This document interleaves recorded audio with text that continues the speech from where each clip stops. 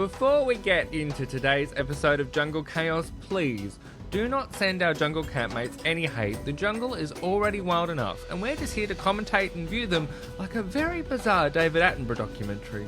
Enjoy the episode. It's a double trial feature as two camps become one. That's right, Savannah Scrubs is moving in, and it doesn't quite go smoothly.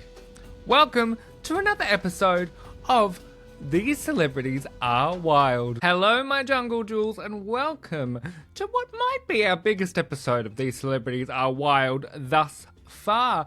Yes, it is time to talk about Savannah Scrubs moving in and both parts of the Venom verdict trial and the trial that our Savannah Scrubs campmates do on their way into main camp. So we have a lot to get into in this episode.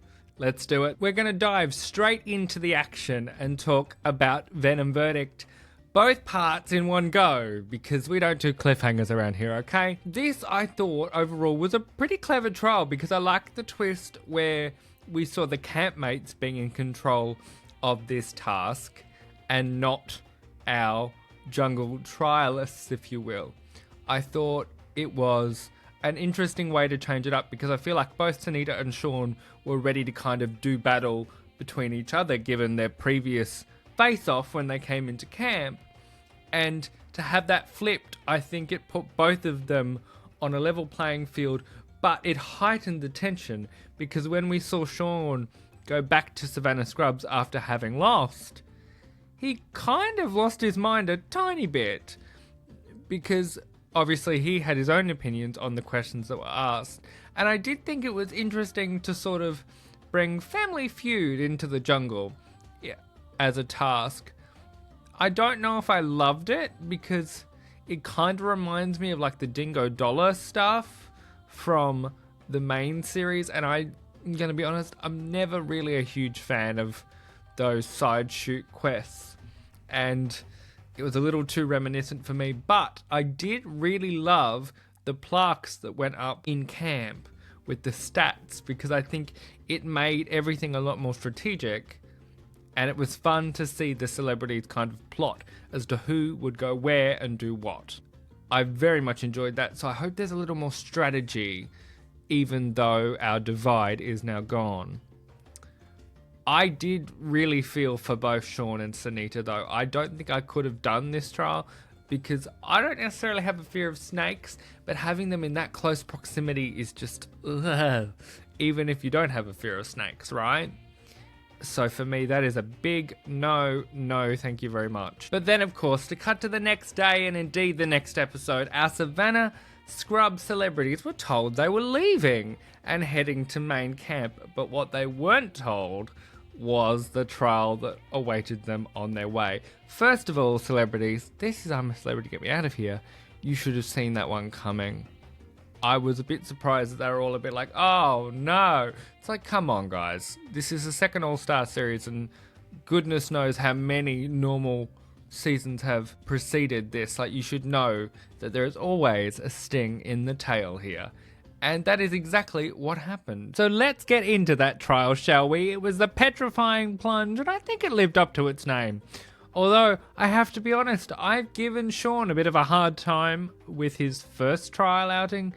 Not so much Venom verdict, but I really think he shone here because he and Gemma as a duo were great, but he was also really fantastic at calming Gemma down in the beginning. I really think he established himself quite well as a support person in this group, and it was really great to see all of the Savannah crew actually take part in a challenge together because I think it was a perfect way to integrate them into main camp. And you know what? They all did a really great job, although I have to be honest, I probably would have switched Beverly and Adam because I don't know that Adam did a great job with his part of the trial. I feel like Beverly did a lot more work, and maybe if she was the last one, and I know that's wild of me to say,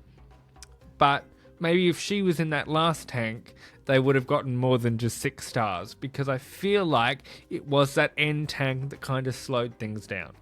That's just my opinion. You can come and tell me if I'm wrong over in the YouTube comments or over on socials, but I don't know. I feel like the order was a little bit wrong. I feel like Beverly was such a strong piece of this puzzle that maybe if she'd been the last piece of the puzzle, they might have gotten more stars.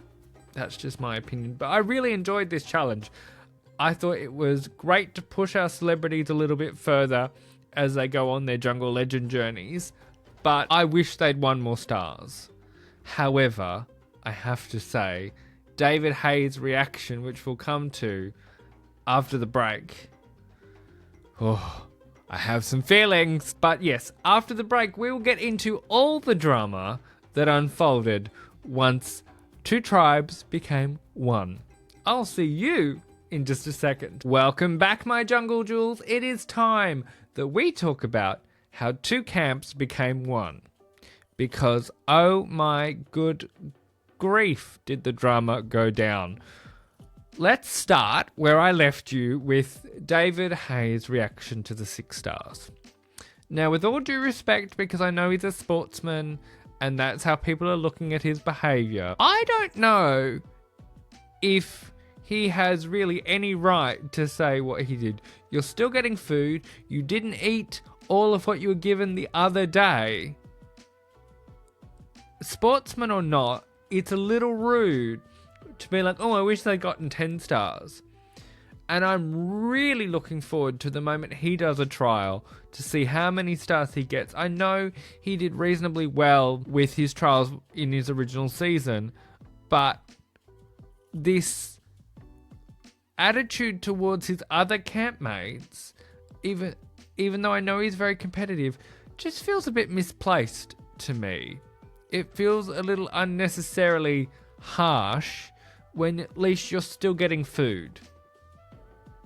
You know what I mean? He knows what he signed up for. They all know what they signed up for. And I don't think his behaviour towards his fellow campmates is A, going to win him any favours, B, with them, or with the public.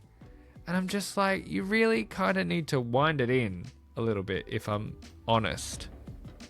So it'll be really interesting to see how that continues, because I feel like it's going to ruffle a lot of feathers if it does. But then we get to the big bust up of the bunch, which honestly surprised me because I thought it was going to be Beverly and David Hay. But no, it's Sunita versus Gemma Collins over musical theatre, no less. Look, I understand that Sunita is on her own planet and probably didn't mean any offence by what she said, but the fact that she didn't seem to get the point that Gemma was bothered is a little bizarre to me. Maybe we'll see it in the next episode. Maybe they'll have a come to Jesus moment. But this was really tense and quite frankly a little unnecessary. To be like, oh, I thought you were a comedian. I didn't know you could do all that. I thought it was It's like, you've been told it wasn't a joke, so drop it. And the fact that she kept carrying the torch, it's like, okay, so you're just kind of telling us how you feel? So I can see those two not getting along very well for the rest of their time in camp. And I think it just made everything more tense than it needed to be. I mean, we saw in the exchange with her and Adam that Gemma was quite bothered. And I don't blame her. So, will those two make amends? I hope so. But also, I think Sunita's met her match when it comes to sort of going head to head. Because I wouldn't like to come up against Gemma Collins. I can tell you that for an absolute fact. Miss me with going up against the GC. So, I think Sunita better buckle in. Because that's the wrong choice to go up against. But there you go. That is another whistle-stop tour of the Jungle Action. Thank you for being here. I really hope you've enjoyed this episode. If you have, please give it a 5-star rating, whatever podcasting app you are listening on, or come and say hello over on the YouTube comments or the Spotify. I would love to know your opinions on these Jungle Campmates, so leave me your opinions in the comments or over on socials at We Are Glitterball.